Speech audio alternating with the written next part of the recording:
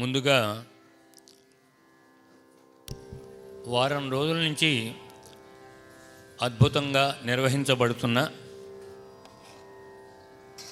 త్యాగరాజ ఉత్సవ సంరంభం పెద్ద పండుగ వాతావరణంలో హాయిగా నిర్వహించుకుంటున్నాం. ప్రకృతి 3 రోజులు చల్లబడి ఈ కార్యక్రమానికి సహకరించడం భగవంతుడి ఆశీస్సులు ఈ ఉత్సవం మీద ఉన్నాయనడానికి మనకి నిదర్శనంగా భావిస్తూ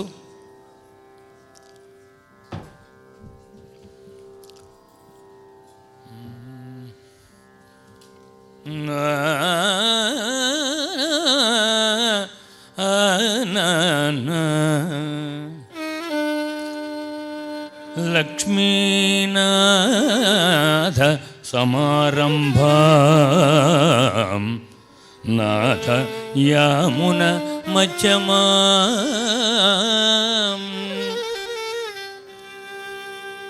లక్ష్మీనాథ సమారంభాం నాథ యామున మధ్యమాం అస్మదాచార్య పర్యంతం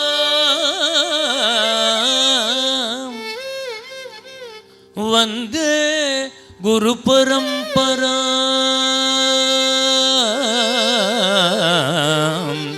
వందే గురు పరంపరా. త్యాగరాజ స్వామి వారి గురించి చాలా విషయాలు చెప్పుకోవచ్చు, కానీ ముఖ్య మూల సూత్రాలు 3 గురించి చెప్పుకుంటే అసమాన సంగీత జ్ఞానం, సంగీత వైదుష్యం, సంగీత శక్తి సామర్థ్యాలు, సంగీతంలో వారి శక్తి సామర్థ్యాలు అసమానమైనవి. ఇది మొదటిది. 2 అసాధారణ సాహితీ వైభవం కలిగిన వారు.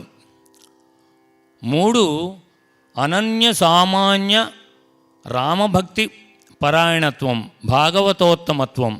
ఈ 3 మేళవింపుతోటి త్యాగరాజ స్వామి వారిని మనం అర్థం చేసుకుంటే మనం ధన్యులం అవుతాం. ఆయనకేమీ కొత్తగా వచ్చే కిరీటం ఏమి ఉండదు. వారి భావాలు, వారి కీర్తనల్లో వారి మనస్సు, వారి భావాలు ఒక కోణాన్ని మీ ముందు ఉంచడానికి నేను ప్రయత్నం చేస్తాను.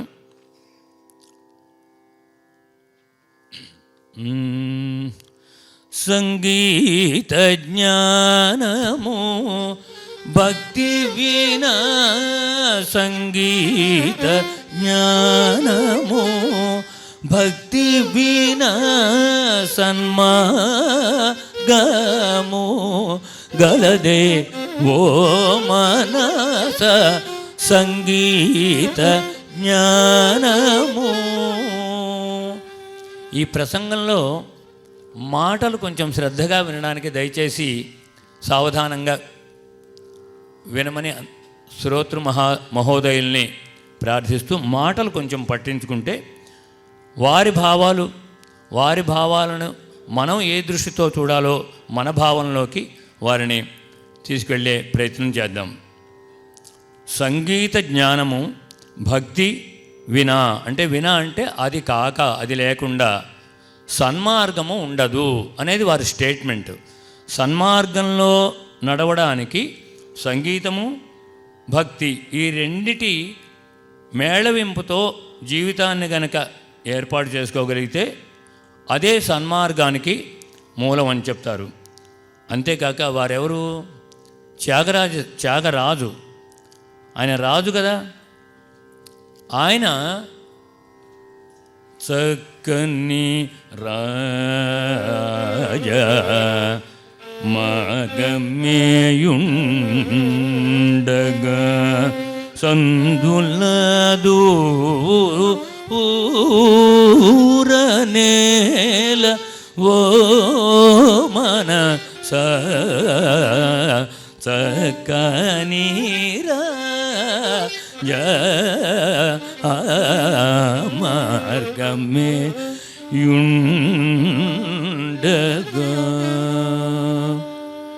చక్కని రాజమార్గం ఉండగా సందుల దూరడం ఎందుకు అంటారు అయ్యగారు. చక్కని రాజమార్గం, వారు త్యాగరాజస్వామి, వారిది రాజమార్గం. ఈ మార్గం అనే విషయాన్ని పట్టుకుని వారు చక్కని రాజమార్గంలో నడవాలి అన్నది వారి మనస్సులోని కోరిక, భావం. ఆ ఏ మార్గంలో సంచరించాలి అంటే భాగవతము, విష్ణు పురాణాదులు చెప్పినది నవవిధ భక్తి మార్గములు అంటే 9 రకాలైనటువంటి భక్తి మార్గాలు ఉన్నాయి.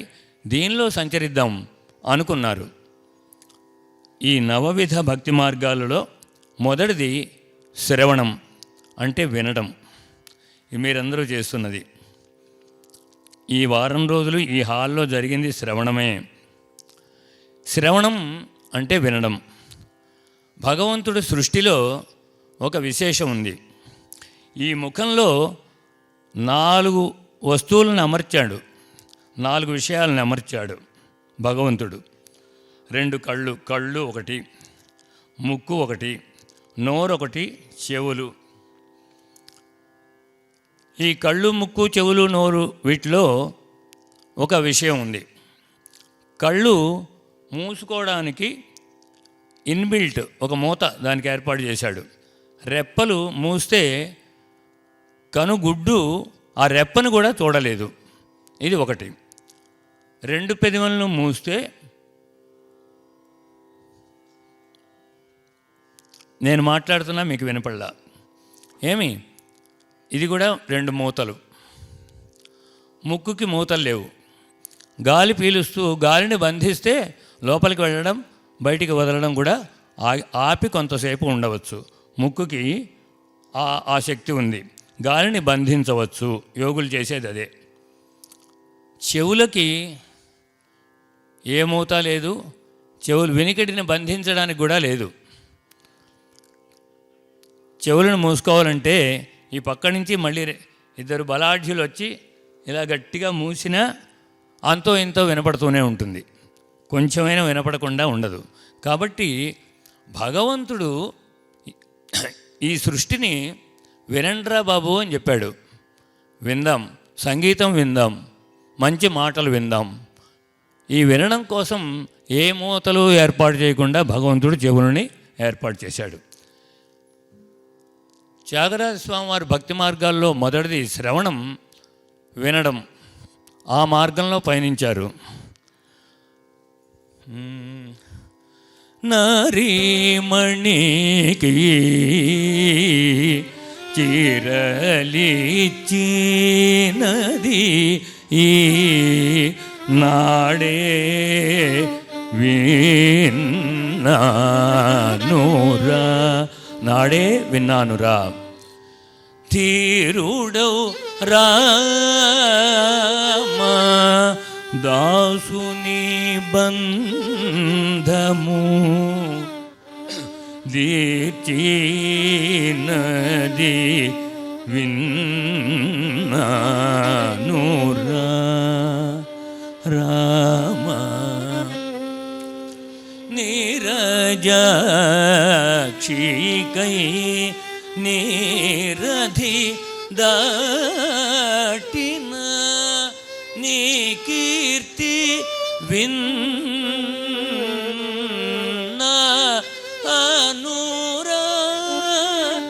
రామ.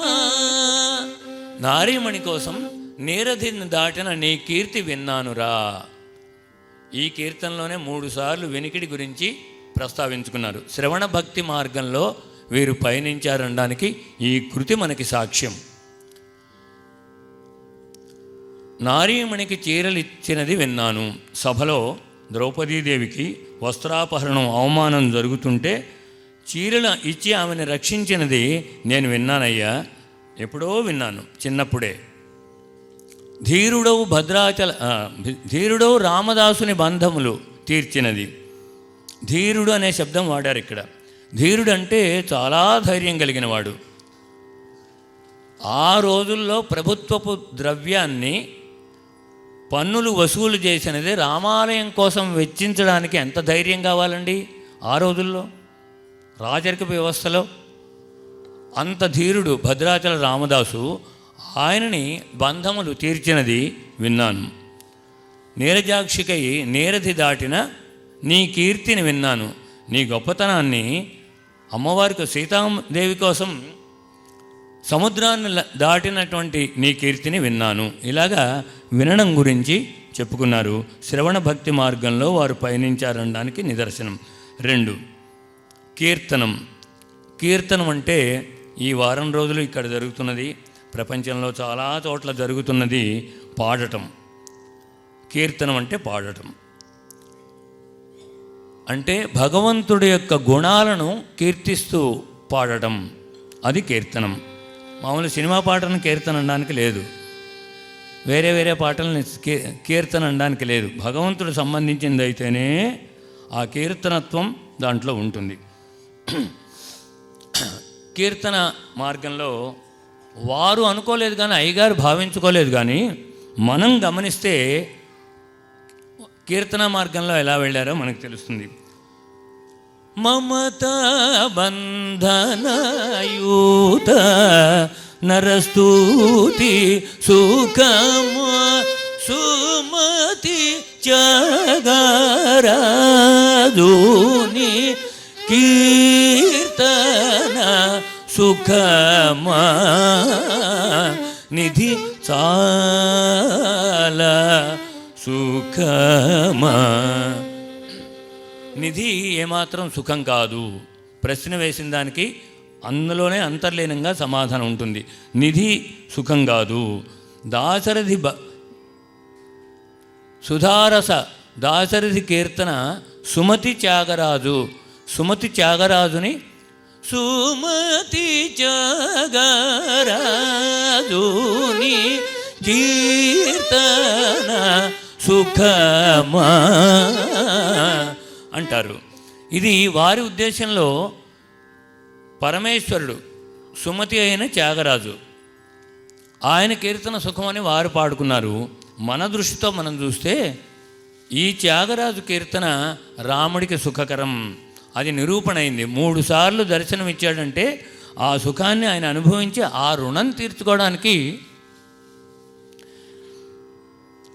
త్యాగరాజ స్వామికి 3 సార్లు దర్శనం ఇచ్చారు. ఇది కీర్తనా మార్గం.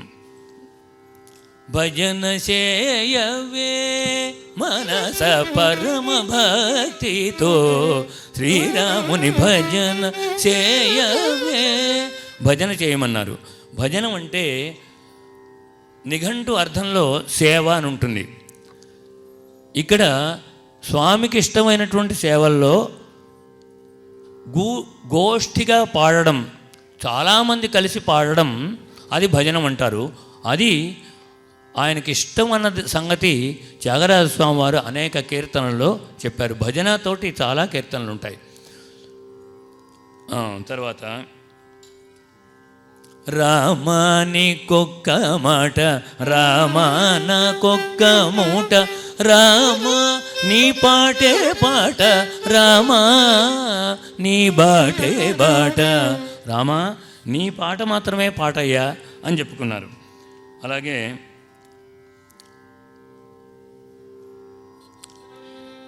పాహి రామ రామయనుచు భజన చేయవే. పాహి రామ రామయనుచు భజన చేయవే అంటే ఇక్కడ త్యాగరాజస్వామి రూఢిగా భజనని పాడడానికి వినియోగించుకున్నట్టు మనకి అర్థమవుతుంది. తర్వాత 3వ భక్తి మార్గం స్మరణం. ఈ స్మరణ భక్తి మార్గంలో స్మరణే సుఖం, శ్రీరామ స్మరణే సుఖం అంటారు. అలాగే శ్రీరామ జయ రామ శృంగార రామయ్యని చింతింప రావేవో మనసా. చింతనమే స్మరణం. తరువాత తలచినంతనే నా తనువేమో జల్లు జల్లనేరా. నిన్ను తలుచుకుంటే నా మనస్సు జల్లు జల్లు అంటోందయ్యా. నా తనువు, నా శరీరం అంతా పులకాంకురాలు ఏర్పడుతున్నాయి అని తలుచుకోవడం అన్న స్మరణమే. తర్వాత 4వది పదసేవనం. పదసేవనం అంటే రాములు వారేమో విగ్రహ రూపంలో ఉంటారా, ఆయనకి పదసేవనం ఎలా చేస్తారండి?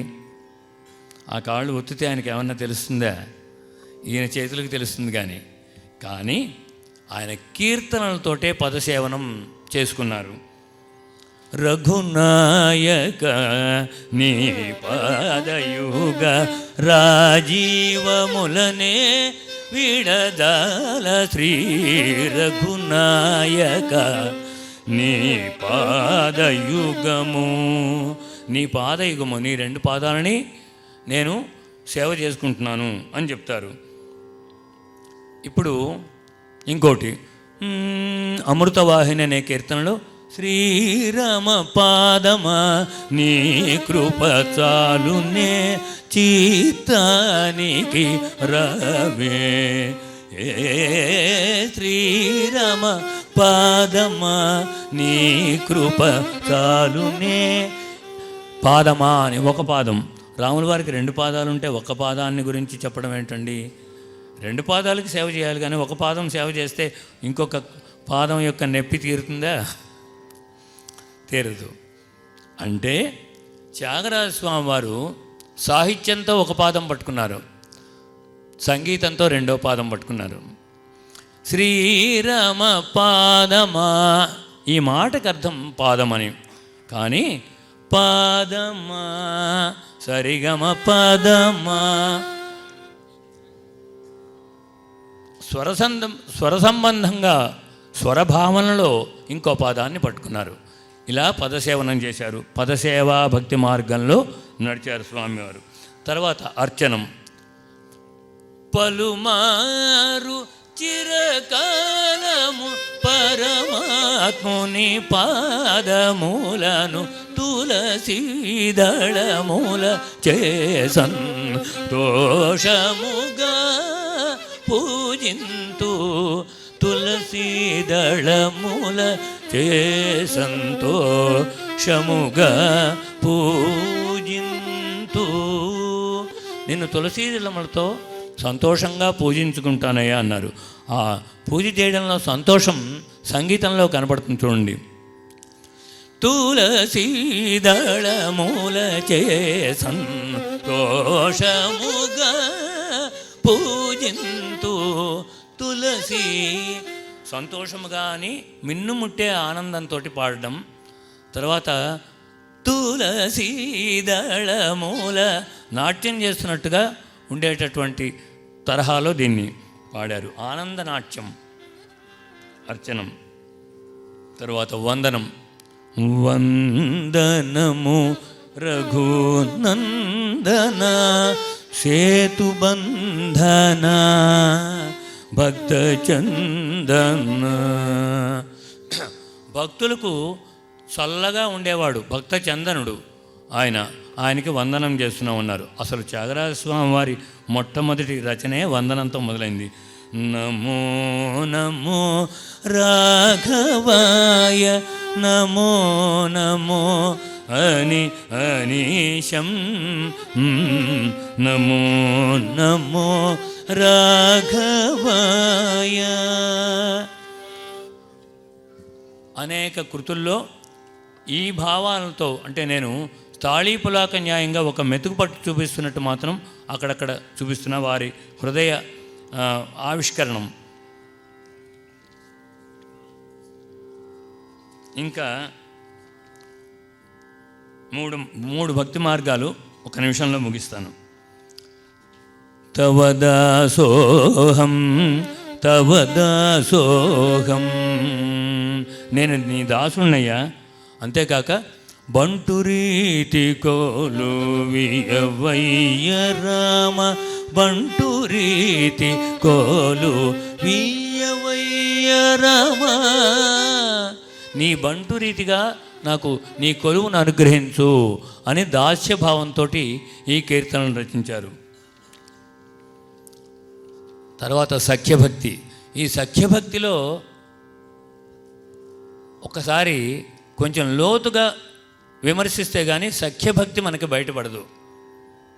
స్నేహితుడిని మనం ఏమంటాం, ఏమండి సార్ మీరు అనం సాధారణంగా. చిన్నతనంలో స్నేహం అనుకోండి, ఏరా అంటాం, ఒరే అంటాం. రారా దేవాధి దేవా, రారా దేవాధిదేవ, రారా మహాను భావ, రారా రాజీవ నేత్ర, ఎవరు నిన్ను వీనా, రారా రా తోడు రారా రఘువీర వెంట రారా, రారా అని పిలిచేటటువంటి సఖ్యభక్తిలో కూడా వారి భావాలన్నీ ఎన్నిట్లోనో మరుగేలరా, ఓ మరుగేలరా, నాకు కనిపించట్లేదేమయ్యా స్నేహితుడా అన్నట్టు అడిగినట్లు ప్రశ్నిస్తారు, స్వామితో మాట్లాడతారు. ఆ మాటలే కీర్తనలు. వేరే ఏదో పెన్ను పేపర్ పెట్టుకుని కొందరిలాగా నాలాగా రాయిలా. మాటే సంగీతం, మాటే పాట. ఇలాగా తర్వాత 8వ భక్తి అయిపోయింది. 9వ భక్తి మార్గం ఆత్మనివేదనం. ఆత్మనివేదనం అంటే తనని తాను సంపూర్ణంగా స్వామికి సమర్పించేసుకోవడం, సమర్పణాభావం కలిగి ఉండడం ఆత్మసమర్పణం. ఒక పల్లవితోటి ముగించేస్తాను.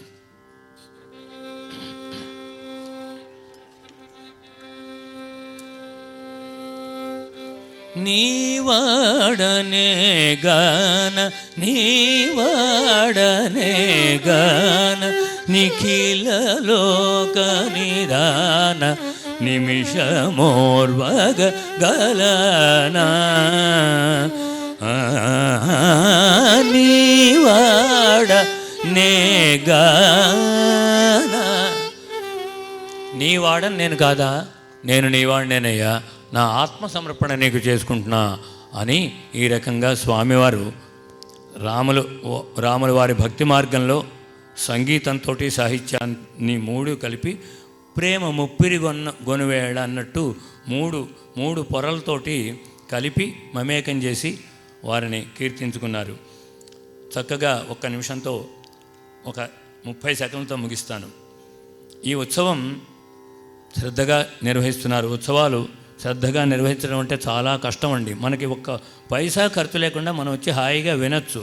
వినాలి వినాలి వినాలి, వింటేనే కార్యవర్గానికి, ముఖ్యంగా మన BVS ప్రకాష్ గారు తదితర బృందం, ముఖ్యంగా గౌరీనాథ్ గారు, గౌరీనాథ్ గారి సతీమణి, అలాగే 100 సార్లు 400 సార్లు తక్కువ లేకుండా స్టేజీ ఎక్కి దిగుతూ మా రామసుబ్రహ్మణ్యం గారు,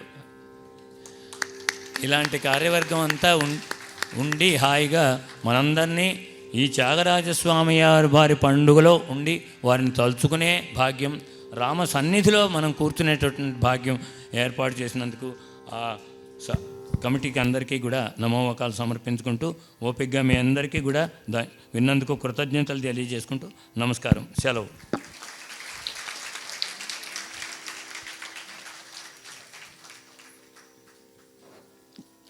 బ్రహ్మశ్రీ సామవేదం షణ్ముఖ శర్మ గారు